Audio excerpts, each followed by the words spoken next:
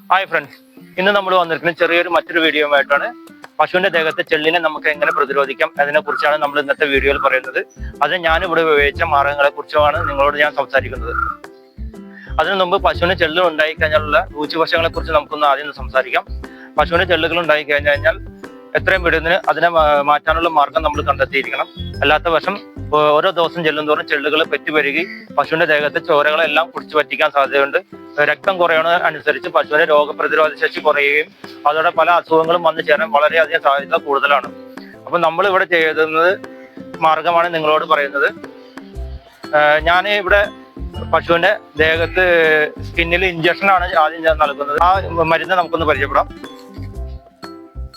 കാണുന്നുണ്ടോ?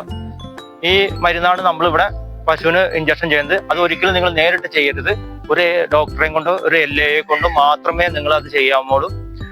ഇത് വലിയ പശുവിന് ഒരു 7 or 8 ml മാത്രമാണ് ഇഞ്ചക്ഷൻ ചെയ്യാവുള്ളൂ. അത് 3 ദിവസത്തിനുള്ളിൽ അതിന്റെ ദേഹത്ത് നിന്ന് പൂർണ്ണമായിട്ടും ചെള്ളുകളെല്ലാം ചത്തുപോകുന്നതായിരിക്കും. ചെള്ള് ചത്തതിന് ശേഷം ഞാനിവിടെ ചെയ്യുന്നത് അലക്കുകാർ ഉപയോഗിച്ച് തൊഴുത്തും പരിസരവും മുഴുവനും വൃത്തിയാക്കും. തൊഴുത്തും പരിസരം വൃത്തിയാക്കുമ്പോൾ ഒരു കാര്യം ശ്രദ്ധിക്കുക, പശുവിന്റെ ദേഹത്ത് ആവുകയോ നമ്മുടെ ദേഹത്ത് ആവുകയോ പാടില്ല. അലക്കാർ ഉപയോഗിക്കാൻ നേരത്ത് കൈയും കാലും ഒക്കെ പൊള്ളാൻ സാധ്യതയുണ്ട്. ഇത് ഞാൻ ചെയ്ത് 100% വിജയിച്ചതിന് ശേഷം മാത്രമാണ് ഞാൻ നിങ്ങളോട് പറയുന്നത്.